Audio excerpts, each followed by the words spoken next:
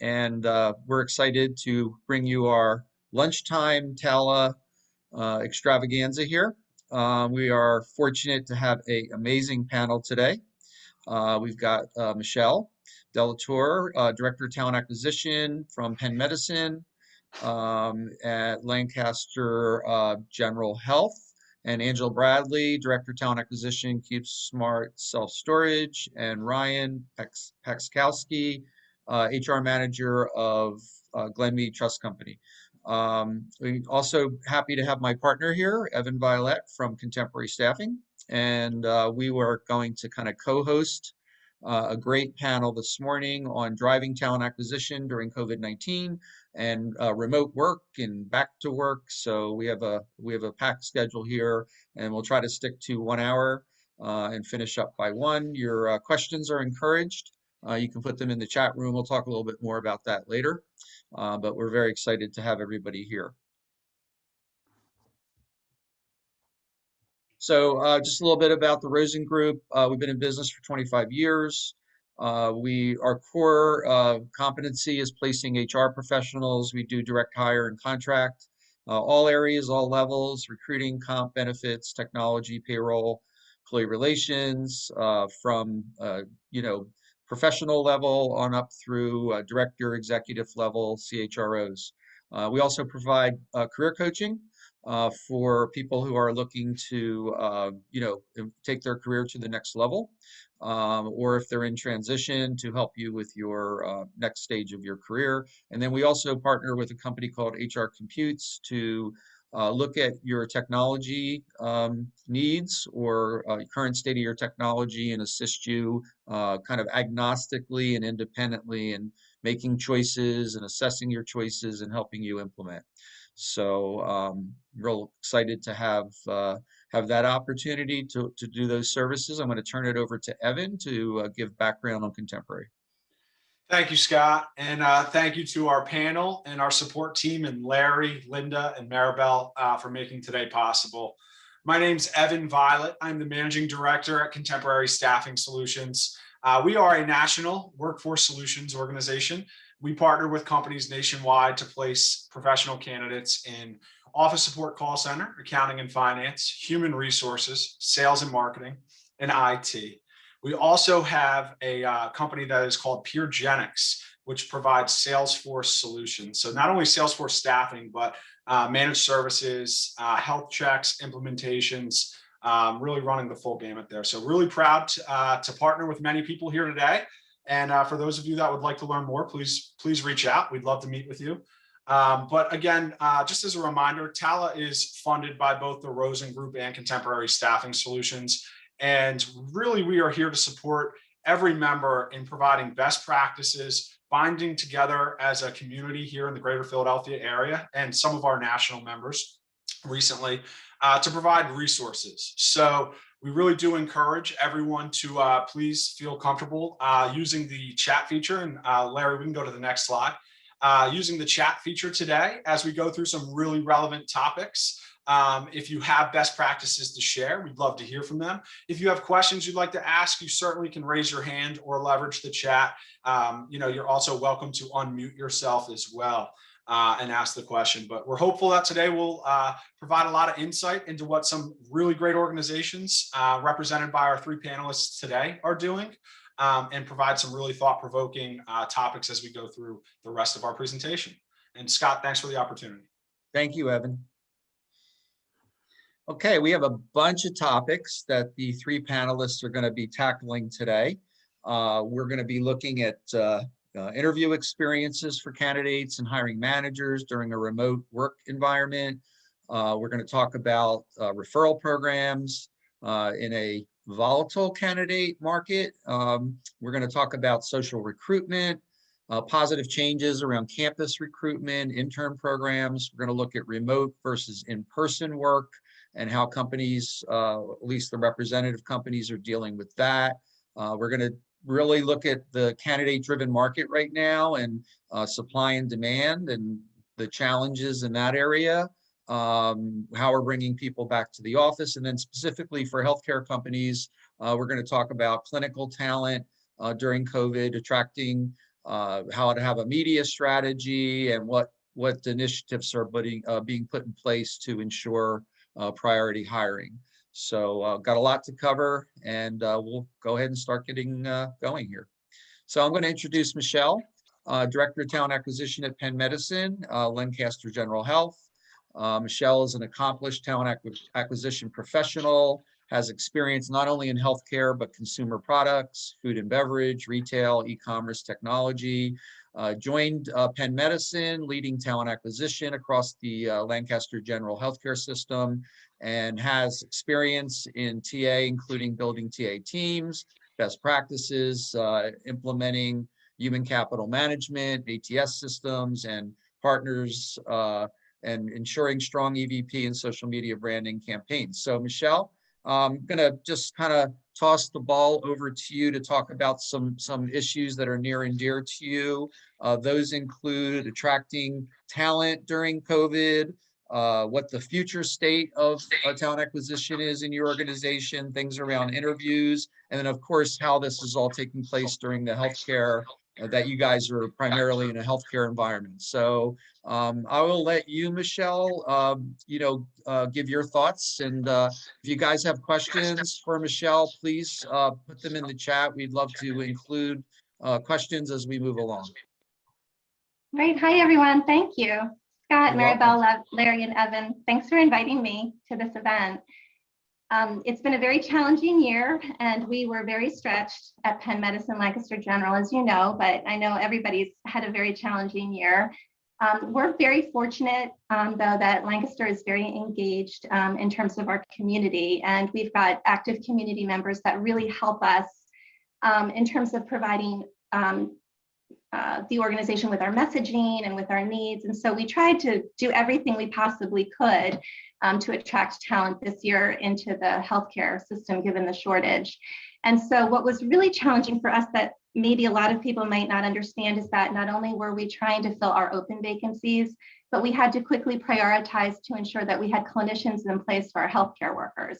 Because if you think about it, the healthcare workers are the front line, and they needed to quarantine quite frequently. So not only were we trying to fill open headcount for COVID-19 relief, but we were also looking to fill individuals who are in quarantine, which ran about 250 to 300 employees a week. So we had to quickly pivot to meet the needs of COVID-related roles like contact tracers, ensuring RN case investigators were in place, 24-hour rapid response teams were in place, and vaccination roles for our CVC. And so that we found while we continued to work with the community partners and our media strategies, our schools and universities, our sourcing venues, and our digital partners, that the community really served us better than we could have ever imagined. So to serve to ensure COVID-19 relief, in addition to redeploying our staff to ensure support for those key clinical roles, we were also able to attract retired clinicians. We were able to attract family members of staff. We were able to ensure our own staff volunteered their services as well as working extra hours. And also we worked on pausing elective surgeries that was not absolutely necessary for COVID relief roles. So that was a huge lift and a tremendous effort on behalf of Penn and Lancaster General, and it served the organization very well. So in terms of initiatives that we've put in place during COVID-19 to ensure priority hiring and filling the healthcare gap, we were very fortunate in that we were able to work with PEMA, Pennsylvania Emergency Management Agency, to help us procure a national supplemental healthcare company in conjunction with our own managed service provider. They were absolutely instrumental in providing us with the healthcare workers that had licensure that met our requirements. They had temporary permits, but this was a tremendous effort in helping us with our respiratory needs, the RN needs, the medical assistants, the pharmacy roles. Without their help, I don't know that we would have been able to really move the organization forward with the COVID relief initiatives that we had in place. So they were a huge relief for us, a tremendous help. Ensuring best practices during the interview process, that was very difficult, especially during the remote work environment, because our roles at the hospital require a great deal of shadowing, as you can imagine. So in terms of the clinical areas, talent acquisition with the help of the hiring managers, we're able to put together a number of items to create a positive manager and candidate experience remotely. So as you can imagine, we created videos, and we needed to provide video tours of certain areas of the hospital or certain areas that the clinicians would be working in, so that they really understood our systems, so that they understood our equipment. We usually have them shadow for quite a few hours, so we were able to really ensure that they understood what they would be accountable for and what they would be using in an equipment capacity in those areas. And so while we were doing that and providing our Live Your Legacy employee branding, we were able to provide a consistent message regarding our values, our rewards. We were able to provide email templates from scheduling to phone screen to time offer to keep the candidates warm and to ensure a proactive process and proactive communication and touch points while we were trying to engage other candidates. We were also able to provide prep calls now, with video and Zoom. It was actually a little bit easier to ensure engagement along the way now that we were depending more on video than phone. So it was actually a really good experience, actually. We felt that helped us a great deal. And it also helped us to align the expectations on the front end.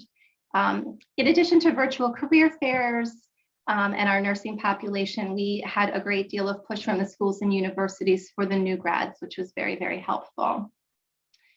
So in addition to all those initiatives, we worked with our external and internal branding and our digital partners to create strong campaigns to highlight the critical needs. We developed signage.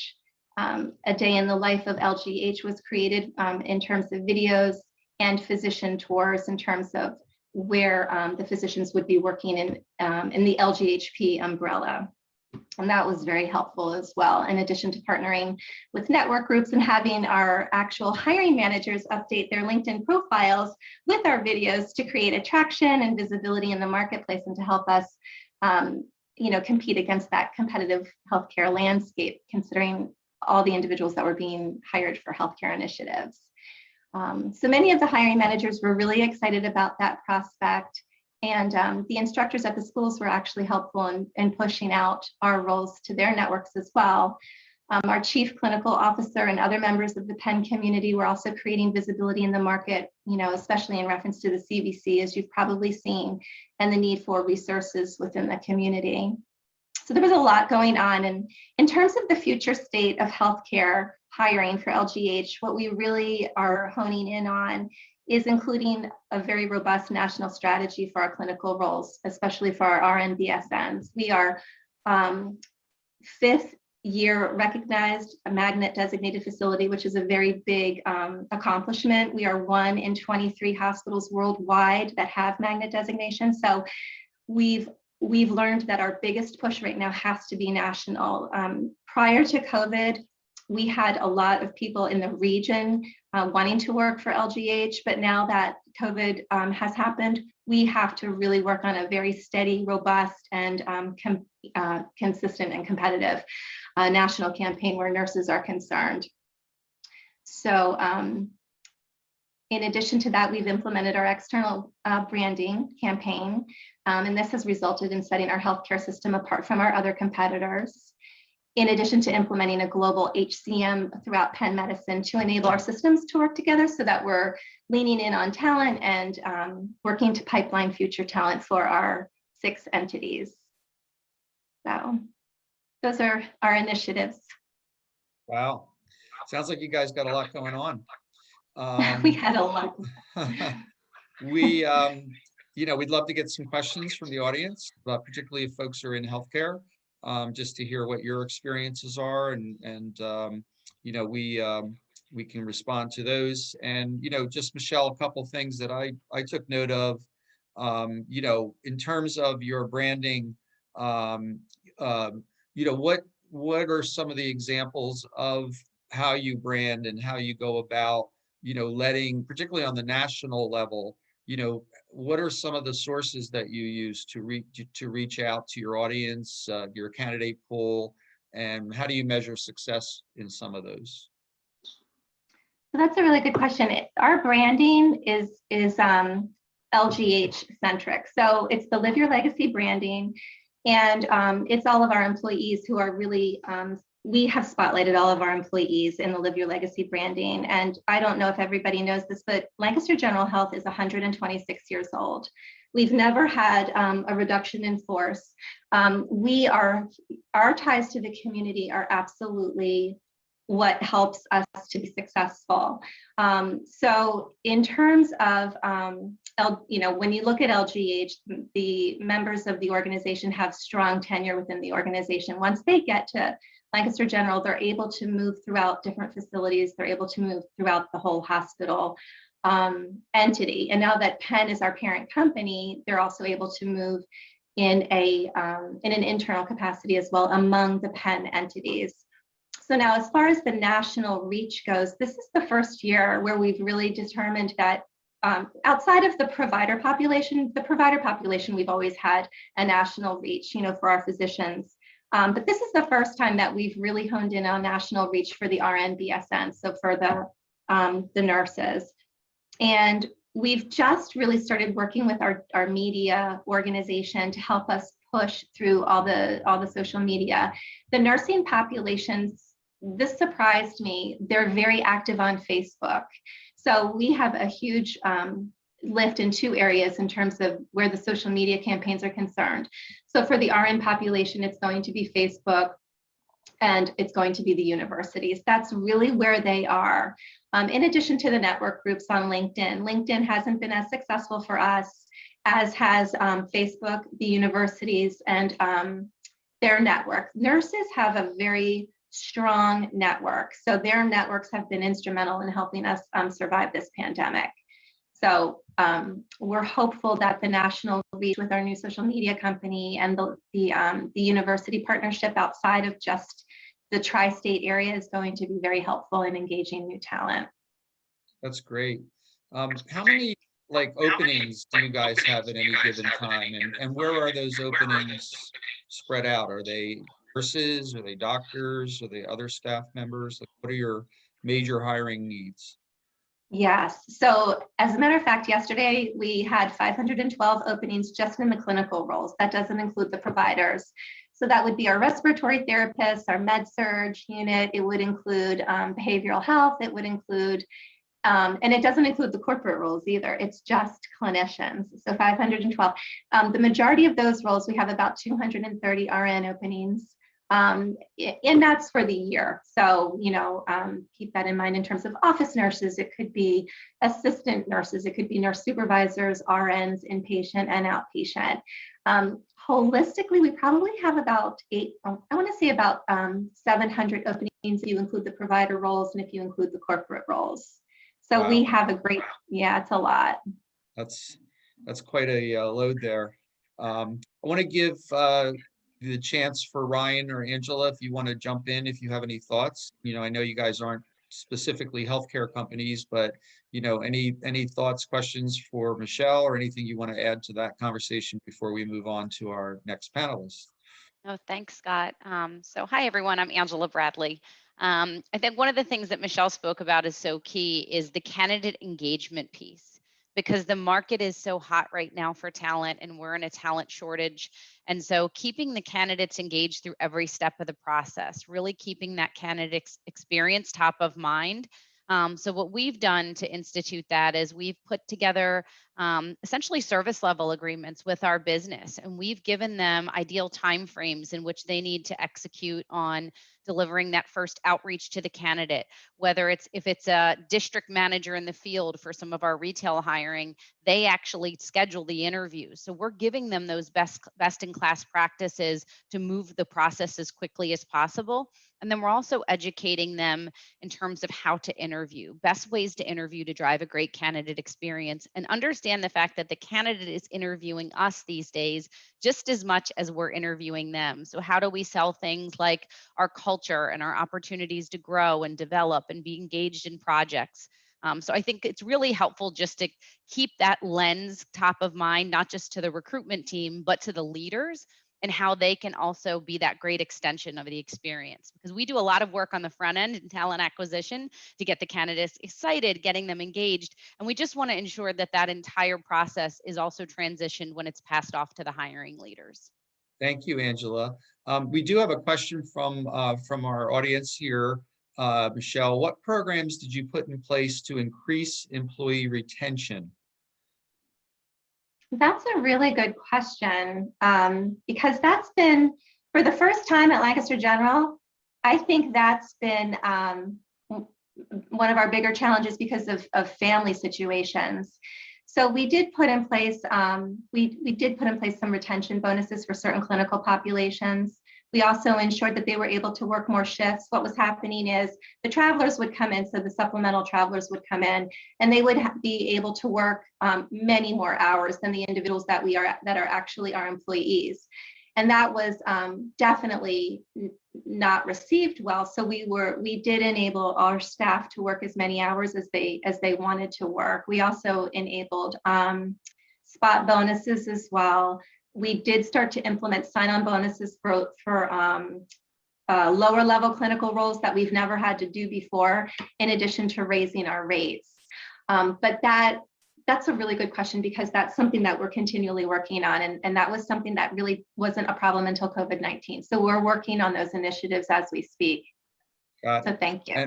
And we'll take one more question that we have from the audience, and then we're going to flip over to Angela. So the question is, how big is your internal staffing recruiting team to fill all those positions?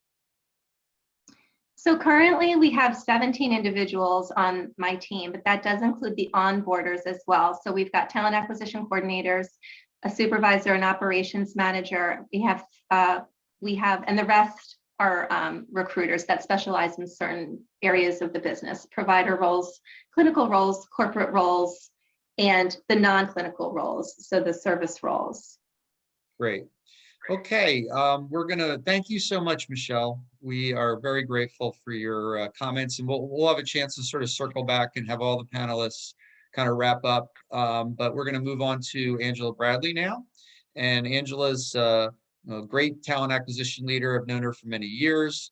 We have, love to have Angela, and Angela is a big supporter of TALA and has done other presentations with our organization. So really proven track record in really all areas of recruiting, and very strategic in her approach. Joined CubeSmart as the head of talent acquisition in 2019, and responsible for defining and executing design, implementation, and management of CubeSmart's talent acquisition strategy. So prior to that, Angela was with TE Connectivity and Amerisource Bergen, as well as a TA leader. So the kinds of topics I think that Angela is going to touch on are, referral programs, using social media, campus recruiting and internships, and basically how interviews are being conducted in a remote environment. So Angela, I will let you take it on. Yes, thank you, Scott, and thank you, Evan, for including me. And great to see many of you today. And as we just talked about, right now the talent market is incredibly difficult. So when we think about CubeSmart in our business, we are a real estate investment trust that focuses on self-storage. So we own and operate and support over 1,200 stores across the United States. And then our corporate headquarters are based in Malvern, Pennsylvania. So when we're thinking about recruiting, we have kind of three distinct recruiting funnels or channels that we support. We support our corporate team, which is highly engaged in building a lot of IT talent right now. So that's our area of focus, and kind of looking in areas that we have not traditionally staffed before. We also have a large customer service and call center that has about 100 teammates that sit there. And when I say teammate, we refer to our employees as teammates at CubeSmart. So you'll hear me say that a lot. And then we also have our field-based recruiting. So that's all of our retail roles out in the field. We have 8 divisions across the United States, and each division has district managers who then have teammates that report up through them. And that's really been a huge challenge for us really over the course of the last 6 months. But we've seen a tremendous challenge over the course of the last 2 to 3 months. So it's retail talent. Many retailers, as you all know, are struggling to find talent that's available and ready to work. And so here at CubeSmart, we have a tremendous culture. The culture is incredibly engaging. People are warm, friendly, collegial. Our leaders really care about the teammates and their experience. And so about a year and a half ago, we created essentially our what we're calling our teammate value proposition. And there's three arms to that. It's making a difference, belonging to a team, and growing with us. And so that's essentially become part of our value prop that we put out in the marketplace. But we're a little coy about it. We don't necessarily put all of those words and that language out into the world when it comes to social in our communities. What we really want to do is we do it through storytelling. So internally, we work with our internal communications and engagement team. We work with our teammates and our leaders to think about how can we get content and information from the folks in the field about what's happening in their individual divisions and district. So we have contests from time to time where we talk about being hashtag CubeSmart proud or hashtag I am CubeSmart, where we have our teammates submit stories that then are voted on and they're given awards and so on. But we ask for their use of likeness. We ask for their support in sharing those stories out into our networks. And so that's been probably something we've been working on for about 18 months now. But over the course of the last 4 or 5 months, with the market being as challenging as it's been, we actually developed years ago a store leadership conference where leaders out in the field that are mainly our hourly, non-exempt store teammates can come together, and it's a development opportunity for them. So we did it remotely this year. It was led by our learning and development team, and it was a 4-day conference where we talked to them all about their growth and development. But part of that was educating them on how to become involved in social and how they can essentially become our recruiting champions across the business. So what we did was we trained them on how to utilize LinkedIn, how to create a profile, how to get engaged, and how to follow CubeSmart on our various social channels. And what we shared with them is the benefits of the why behind it, right? They're feeling the pain in the stores when they're understaffed. So if they can help leverage their networks to help share content around why it's such a great place to work, the culture that we have, the things that we do for our teammates in those three pillars of the value proposition will really help us get legs around increasing our teammate referrals. And so what we've done out of that is we created a recruiting champion committee, and we asked for volunteers to come in and join our committee. And the three biggest asks were create a LinkedIn profile, follow CubeSmart, and then come with an open mind on how you can share content.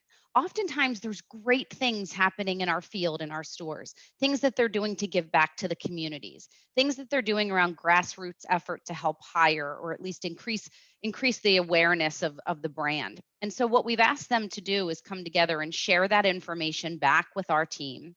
And this conglomerate, right, this champion committee has essentially become our brand ambassadors. So they're giving us, and we've created a team site where they're sharing content. They're giving us images and pictures. We're asking them to write the content, right? What would be a lead in to what you'd want to post about your experience working at CubeSmart? We asked them to develop hashtags that they think would be great for us to use and what's trending. And so we're training them to essentially become the brand ambassadors. And then how do they translate that down to their individual divisions and districts that they work for so that we can build the brand? And part of this is also getting us to increase our teammate referrals. We took about a 6 to 7% drop in teammate referrals through COVID. And so we realize that there's a significant opportunity for us to increase that.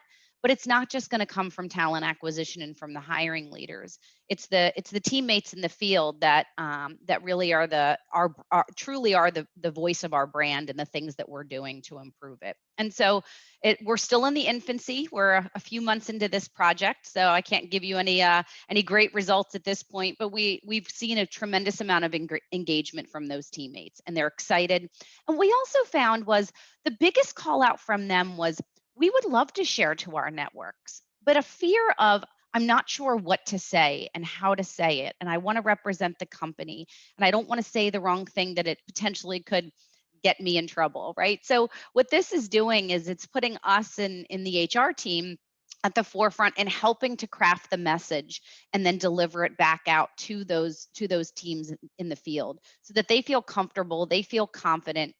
And we're also educating them on ways to get involved in social. So it's not just about sharing the content and following us on our social channels, but we use iCIMS as our applicant tracking system. And iCIMS has a great tool called social distribution. And so every time we have a teammate referral bonus out in the field that we've increased, or we have a district manager that has a challenge in hiring because they have a tough to hire labor market, my team's getting on their weekly calls and talking about the benefits of utilizing the social distribution tool, how the teammates can sign up. We're walking them through the process step by step. We've developed a step-by-step guide for them. So it's not only helping us with the referral piece, but it's helping us build our brand.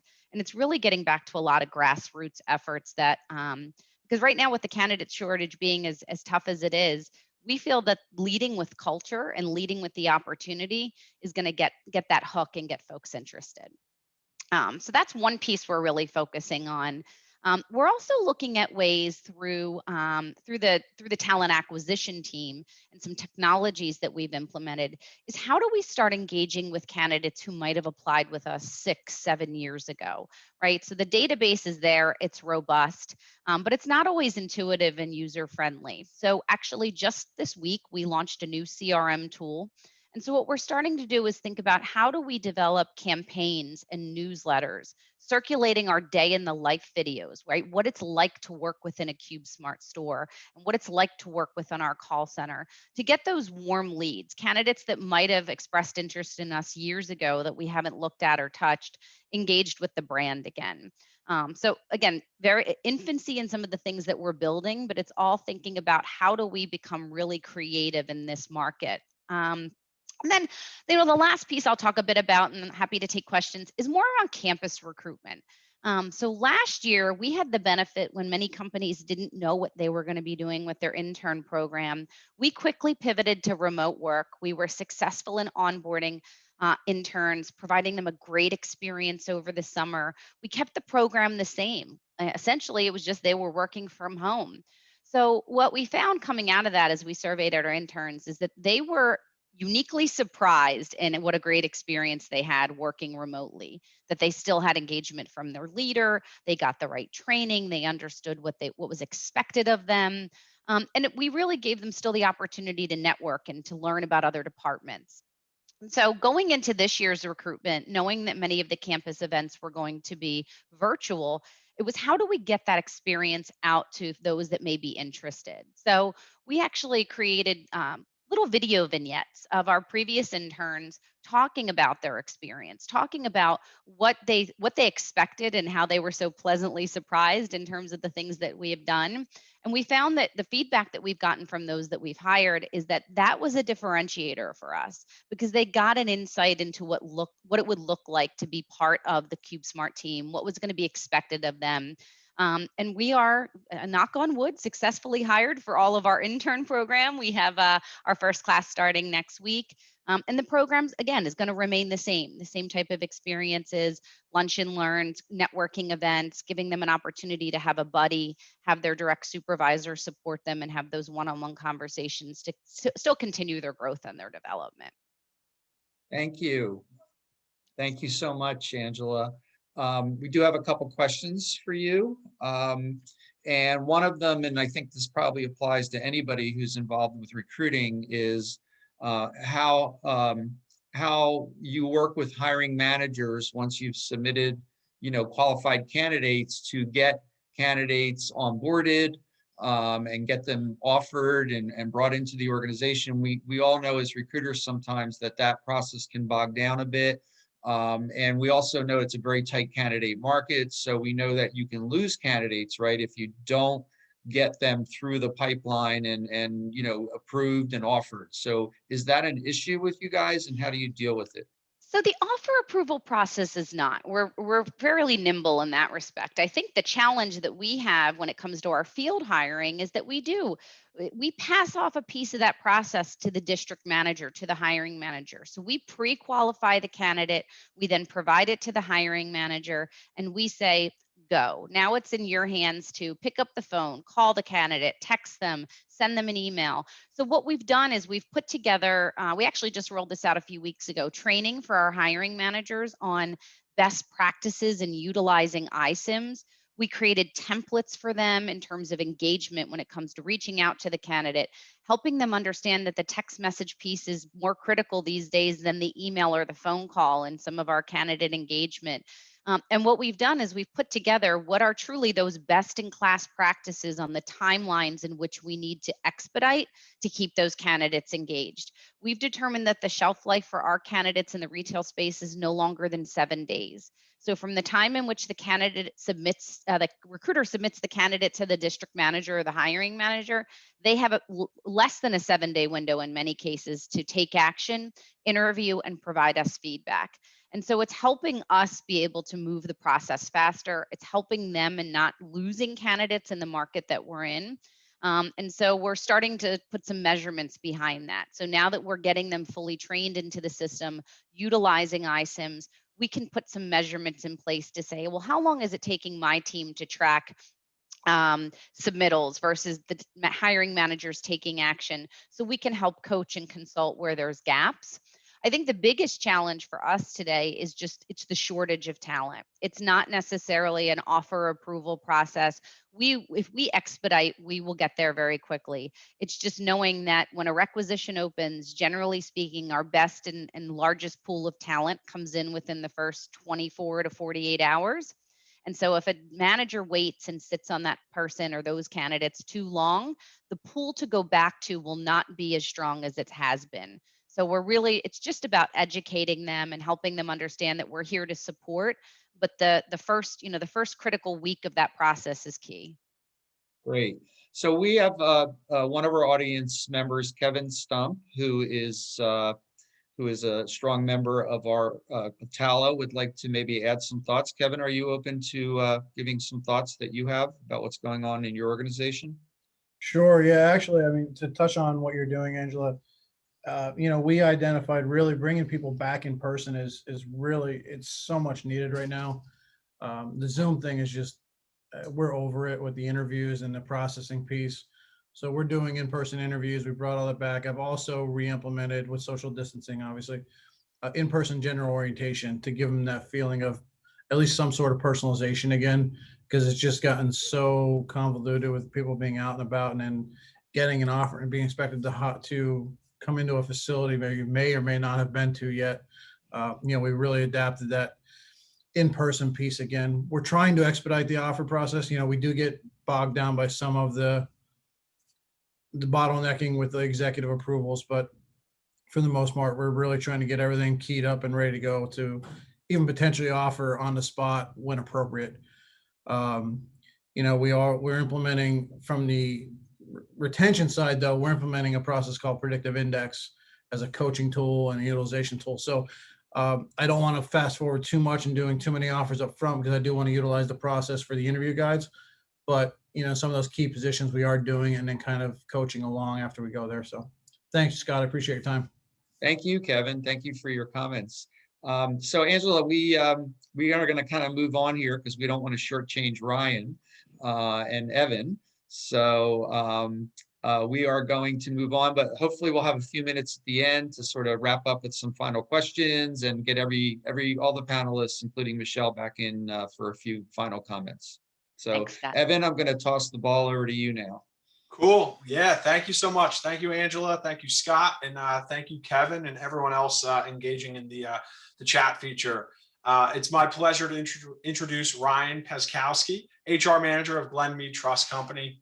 Ryan, a lot of great things to say about you, but your role right now, you've done a lot of really wonderful things that I'm excited to hear about.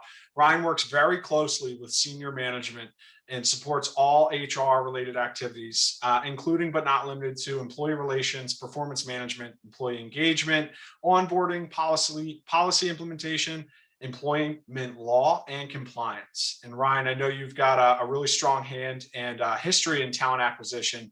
And some of the things that we're going to talk about today really merges the HR and talent acquisition focus. And Ryan, you may kick me for this, but let's kick it off and maybe just talking to us a little bit about, first and foremost, you are on vacation today. So thank you for joining us. And, I think we can start the conversation just talking about that compliance leave, and then we'll transition to talking about returning employees to work. But as we were chatting a few minutes ago, you mentioned that you are on a 5-day shutdown from work. And I think that that's a really good starting point as we are all facing work from home, work-life balance issues. And it really struck me as something really great that Glenmead's doing. So Ryan, would you mind maybe just talking a little bit about that policy that your company? Yeah, I'd be happy to. It's one of my favorites. So we have what's called compliance leave, and a lot of financial services firms do this. We take ours very seriously for two reasons. One is, we want people to take time off, and we're gonna make you do it if you don't do it on your own. So 5 days of compliance leave, consecutive days. And what you do during those 5 days is you cannot answer your email, you cannot text message, you cannot take phone calls. You are not able to work during that time. Now there's, maybe I'll look at my emails, delete all the ones I don't need to respond to, but I really can't. I can't respond back if anyone has a question for me. And as an HR person, it's really hard to do. So, but it's a great thing. So I'm in favor of making sure it happens in all the years to come. Well, and Ryan, we are all sworn to the honor code. We won't tell anyone at Glenmead that you are actually working today at the TALA event. But thank you for being here, I don't Ryan, consider this work. Thank you for talking through that. Ryan, a lot of things that are hot in the market right now is, and Kevin kind of talked about it briefly, is the return to office, return to work, right? And it does feel like it's kind of that, what's everyone doing, and when do we want to go public with what our move is? And we hear a lot about hybrid work schedules. So Ryan, I'd really love to hear from you on what Glenmead's doing and how HR is leading the charge on return to work. Right on. So just to give you a little bit of background, so I'm in financial services, so you'll hear me speak a lot about that. So my firm is comprised of just north of about 400 people, and we're a wealth management firm that serves families and individuals, endowments, foundations, and individual investors.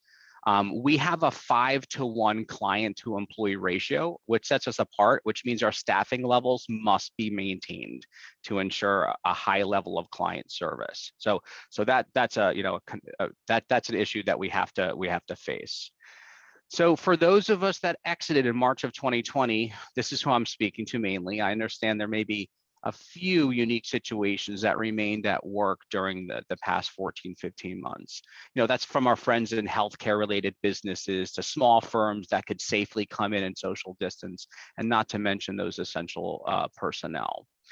Companies that are larger had to get home and stay home for the duration. This seems to be wrapping up, but how the heck are we going to do that? I keep hearing about these magical teams that will be responsible for this feat, and I don't have that team. So it's mainly our part-time side hustle or gig that we have right now while doing our regular jobs.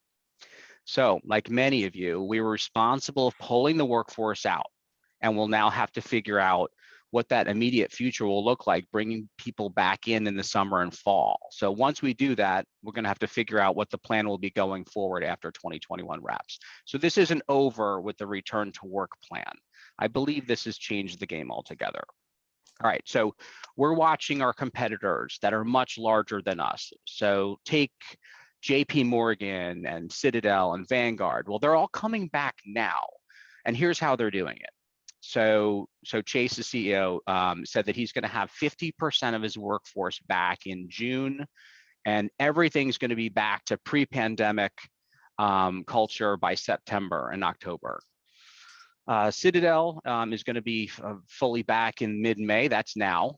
Vanguard is going to fold their teams back in Tuesdays, Wednesdays, and Thursdays every other week, and then Tuesday, Wednesday, Thursday every week after this season. So these firms have the headcount and teams to complete this enormous human migration. They have the facilities and the people managers to project manage them through this. For those of you that do not have this headcount and project teams to manage the migration, what do you do? So for us, we're figuring this out and we're doing it in steps, and I'll get to that shortly. There's one thing that we learned during the pandemic is that things change and we need to change direction based on new information.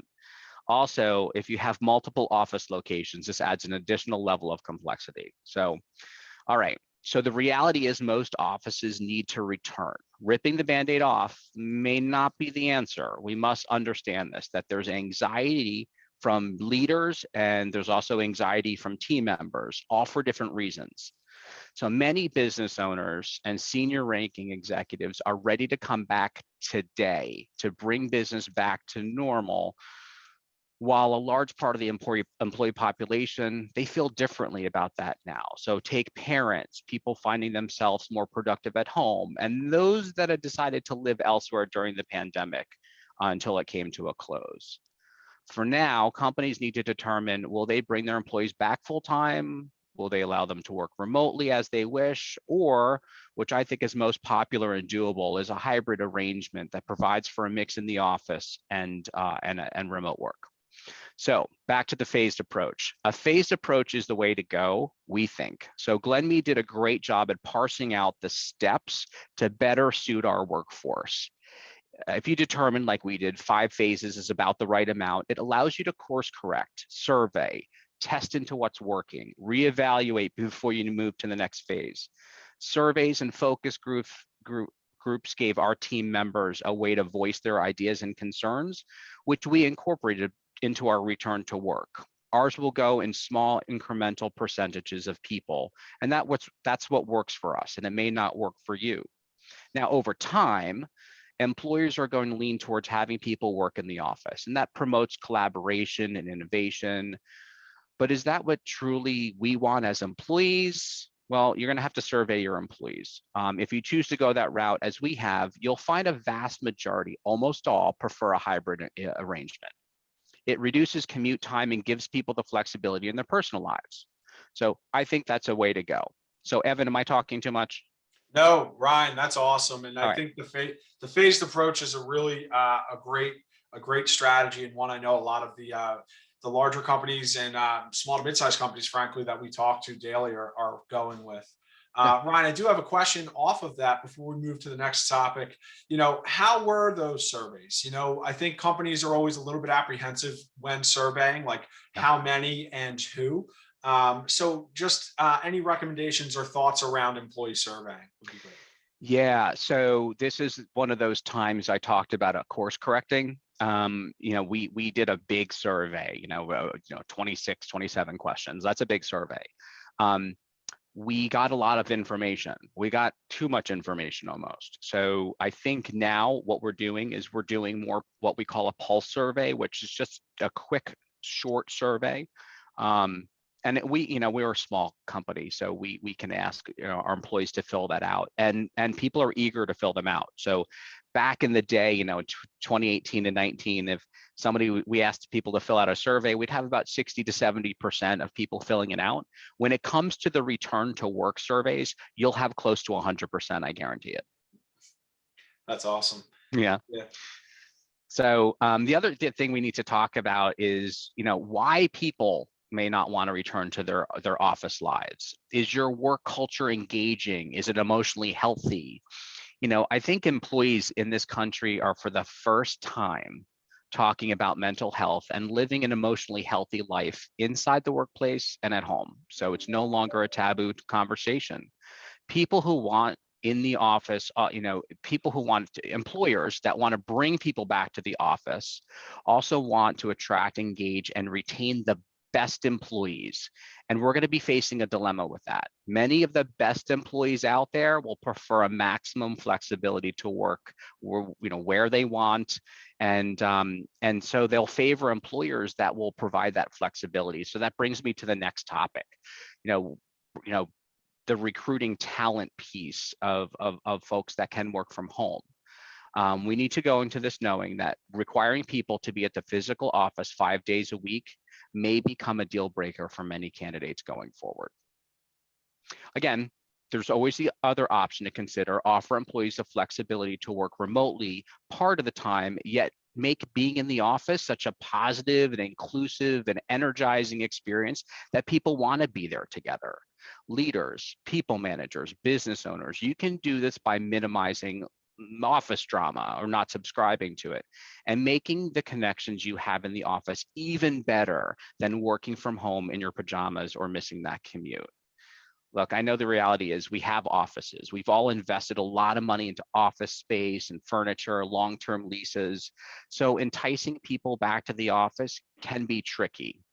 And look, there are help wanted signs literally everywhere. Retail and restaurant industries are going to face a struggle that will be comparable to the healthcare struggles my friends on this call are facing. All other industries will face the same, including financial services. So if you check the job boards like LinkedIn, the remote jobs have more applicants than any other location, and those jobs are plentiful. I've always wanted to have one of those cool jobs in Manhattan or San Francisco, but I couldn't justify the absurd housing costs. Now I can work for Facebook or Twitter wearing the many, many, many new pairs of sweatpants that I now own. So, as an HR manager, we will have a workforce that will offer a hybrid arrangement, but we really do need to entice those employees back. So again, that brings me to work culture. Positive relationships and connections are more important than ever. And they're more important than creature comforts like pool tables, foosball, and free food and snacks. If you want to retain those top employees we keep talking about, you're going to have to create a culture of connections. This includes recognition, belonging, autonomy wherever possible, personal growth, and also meaningful work. And it gives your employees an emotional advantage. It boosts engagement, it tightens alignment amongst your teams. It improves decision-making and in turn, innovation and profit. So leaders, it's wise to tap into the power of human connection and create an engaging in-person work experience if you can. So find out, are you attracting, engaging, and retaining the right people? Are you paying attention to subcultures within your organization? Do you have active social groups? Do your leaders have the actual skills to engage teams? So take a read through your exit interviews, past engagement surveys, read through the write-in comments of your surveys really carefully. Consider focus groups to find out what people appreciated about working from home and what they missed, and then do something with that new learned information. I believe in having a connected culture is a must if we want to win the war for talent for those talented employees we keep talking about. So hopefully that gives you an idea of where my head's at.